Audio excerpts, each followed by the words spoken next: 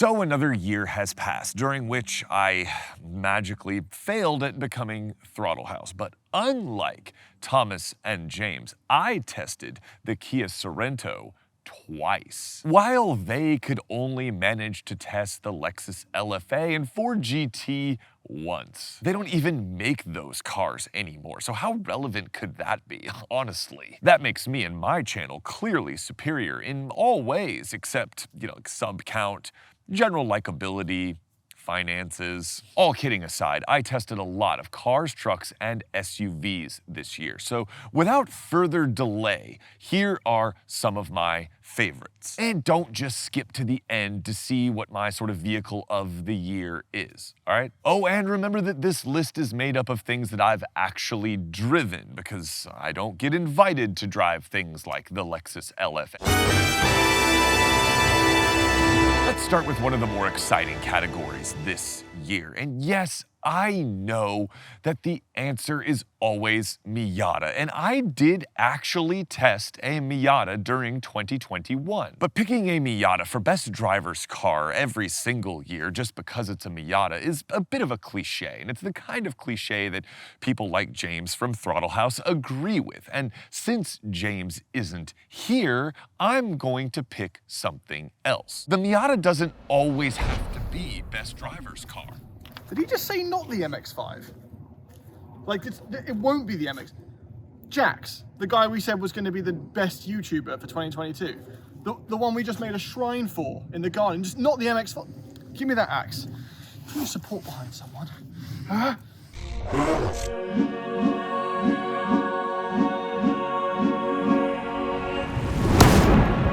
I'm not entirely sure how to move on from that. But some people say that if a Canadian Englishman throws an axe at an effigy or a shrine of you, a Nissan Murano Cross Cabriolet will consume your entire family. So if you could just hold on for just 1 second, just give me a second real quick.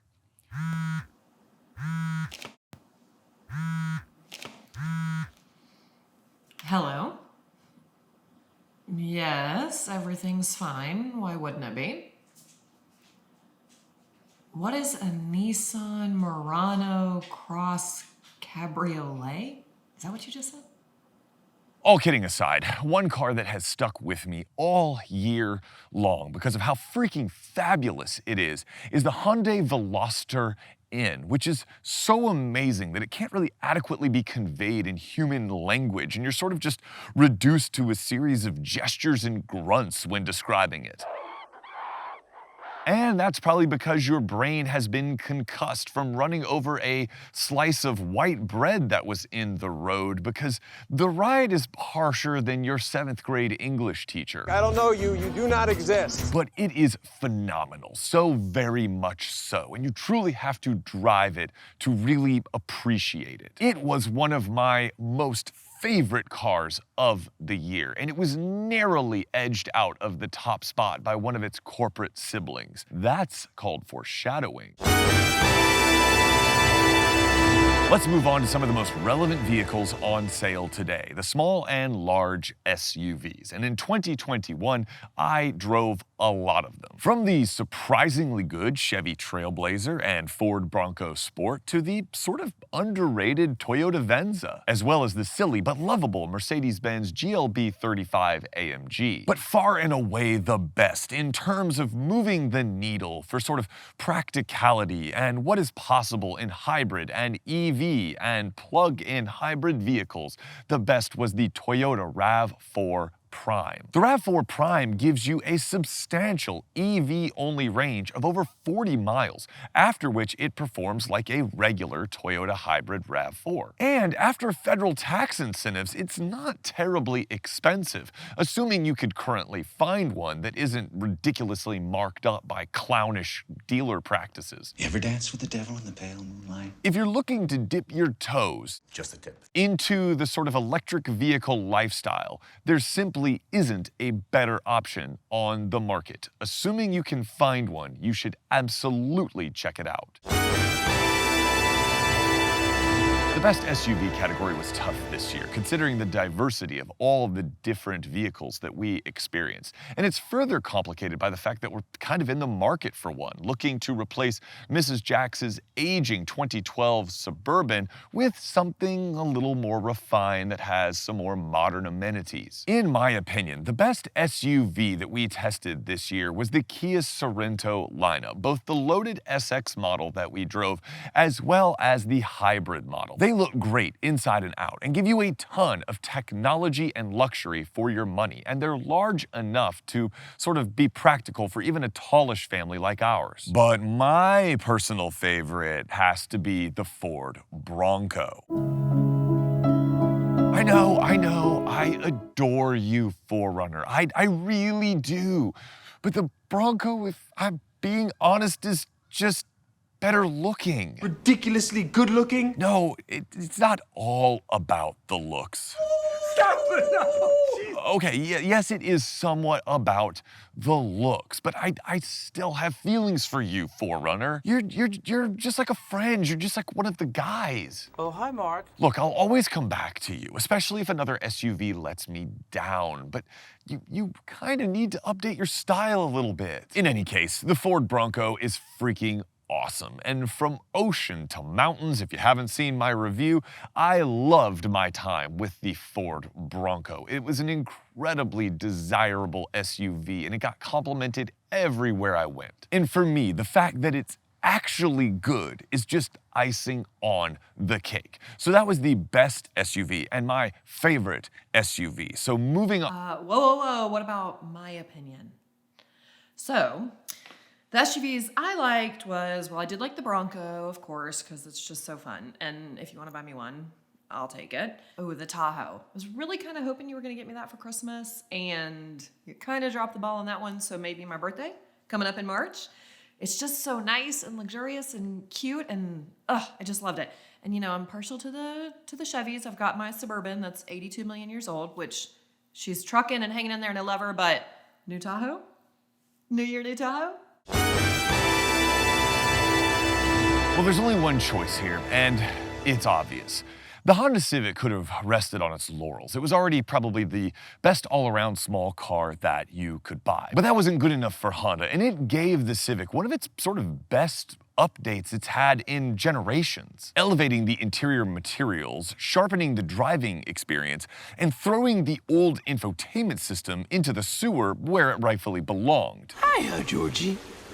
I know on paper, it doesn't seem that transcendent, since most people will probably buy it with the sort of base engine and the CVT automatic. But slide behind the wheel into the nearly perfect driver's seat, and I promise you'll be singing a different tune after just one drive. As car prices spin wildly out of control, and dealers try to get people to spend 90 grand on TRD Pro 4Runners, Are you stupid? it's nice to see an affordable car give buyers so much in return for their dollar simply because it can. That is cause for celebration, and I personally can't wait to see what the Type R has in store for us.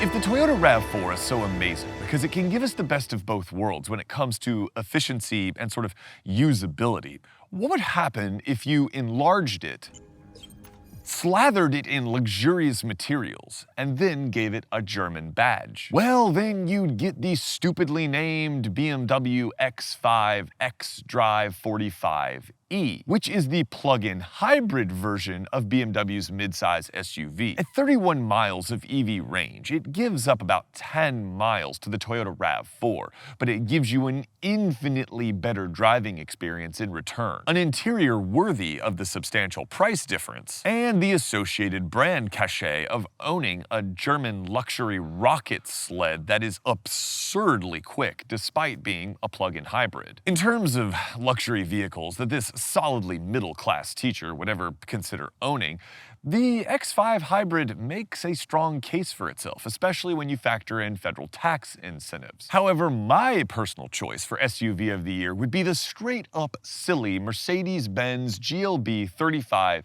AMG. I tested it earlier this year, and it is a ridiculous little thing, giving you way more space inside than you would ever imagine, and way more pace than you expect when you put your foot to the floor. Definitely more than any other small SUV rightfully needs to have. It's calling it a small SUV is a bit of a stretch here. It's more like a tall, boxy wagon. Think like a generation or two ago Subaru Forester. I'm sure Mercedes-Benz doesn't appreciate that comparison, but that's kind of what it reminds me of. Sure, the X5 Hybrid makes like way more sense, but the Mercedes GLB 35 is just so gleefully absurd that I desire it in the same way that I desire owning a kit replica from Knight Rider. You told me to keep quiet.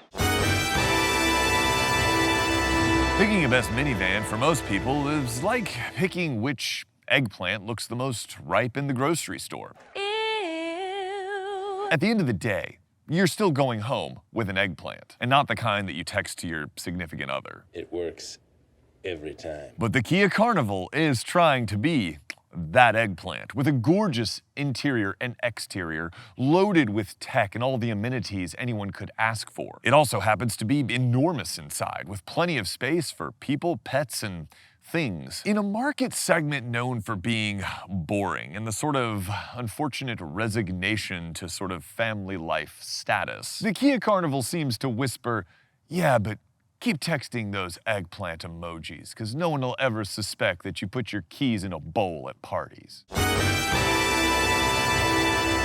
The best pickup truck I drove this year has to be the Ford F-150 PowerBoost Hybrid, which combines the technology of hybrid and EV powertrains with the sort of expected usability of full-size pickup trucks. The hybrid powertrain provides real-world miles per gallon benefits, along with the added functionality of being able to power sort of tools and accessories via the onboard power system. It's the perfect stepping stone between the sort of functional work trucks of the past and the upcoming EV revolution led by trucks like Ford's own Lightning. That being said, my favorite truck of the year was the Toyota Tacoma TRD Pro, which is an absolute legend. It's a decidedly old school pickup truck offering. So why was it my favorite? Because it's absolutely indestructible, it's a total monster off-road, and it has that kind of old style of trucky charm that's gonna disappear as things become more hybridized and EV trucks take over. Don't get me wrong, I am absolutely willing to embrace the future of EV trucks because they also come with a number of added benefits. But I'm equally glad that I got to sample a Toyota Tacoma TRD Pro in its natural habitat this year, which was a truly sort of revelatory experience for this inexperienced off-roader. To be quite frank, it's easy to become numb doing this, expecting the same companies and the same cars to win all of the time because they generally produce excellence. I'm kind of a big deal. Which is why it's nice when something sort of defies your preconceived notions and throws your expectations right out the window. The Buick Envision is one such vehicle. It drives really well. It's extremely premium and sort of luxurious inside, especially in Avenir trim, which is what I tested. And I think it looks pretty fantastic from the outside. And yet, no one seems to be buying them or has ever heard of them. It's a much, much better SUV than people give it credit for. Similarly, the Ford Bronco Sport proved to me that it's more than just a shameless marketing exercise. Instead, it's a much better looking Ford Escape alternative. It's a little delight, to be honest, and it's capable enough for what 99% of buyers will ever throw at it. And I think it's a worthy bearer of the Ford Bronco name. And finally, the Nissan Titan Pro 4X really surprised me with its comfortable interior, capable powertrain, and loads of kind of technology and features for the price, and I think just overall trucky charm. It's just such a good trucky truck. That doesn't make sense. That it deserves a look, especially if you just want the basics and you don't want to be bothered with endless option lists and 47 powertrain variants. Do yourself a favor, give the Titan Pro 4X a chance. And so we've come to the finale, the vehicle of the year. And I'm sort of taking a holistic approach to this pick, combining intended function with the driving experience and the powertrain, and then topping it off with a healthy dose of value. It's one of the only vehicles that I felt was special from the start, on the very first drive. Right from the moment I slid behind the wheel, it felt like something more, something substantial, and it's a perfect example of a company diving into a highly competitive market segment and not just making a competitive product, making a dominating one. I'm talking about the Genesis GV70, which is arguably the most important model in Genesis's growing portfolio of vehicles. And it's certainly the one that declares Genesis as a brand to the sort of widest and largest audience possible. The GV70 is a triumph of a design, dripping with useful and luxurious technology, and possessing a level of performance in its highest trim typically reserved for performance-oriented German brands. It's a statement of intention, and it radiates a swagger that we haven't seen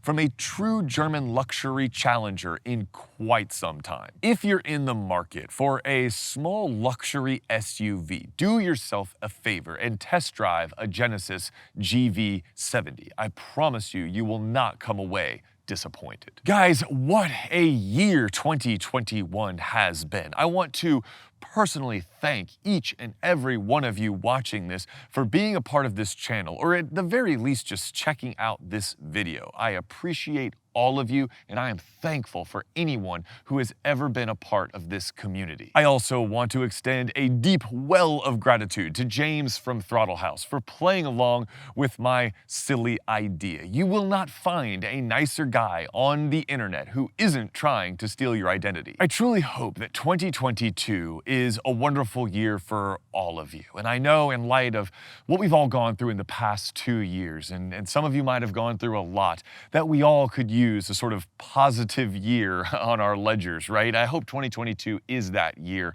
for you. And if you enjoyed this video, please consider commenting, liking, sharing, subscribing. Join this growing community of practical enthusiast dad and sometimes Mrs. JAX advice. I hope you found value in this video, and I hope you'll stick around. And until next time, ride safe, drive safe, and I will see you in the next video. Thanks so much for being here. Peace. All kidding aside, is that in the shot? Why are you in the shot? Of course, the 94 Chevy Blazer has a custom exhaust. And by custom exhaust, I mean no exhaust. Yeah, start your car right now. What the hell are you doing? Great, now it's raining. Now it's raining. This is awesome. And why does every car that drives by have to sound like it's like falling apart or missing a muffler or like an engine? That doesn't really make sense because it wouldn't make noise, but... And now there's geese flying over. This is literally the worst day of filming talking heads in like a long time. That's cool. Just do that right now at the very tail end. Thank you. Get out of my shot.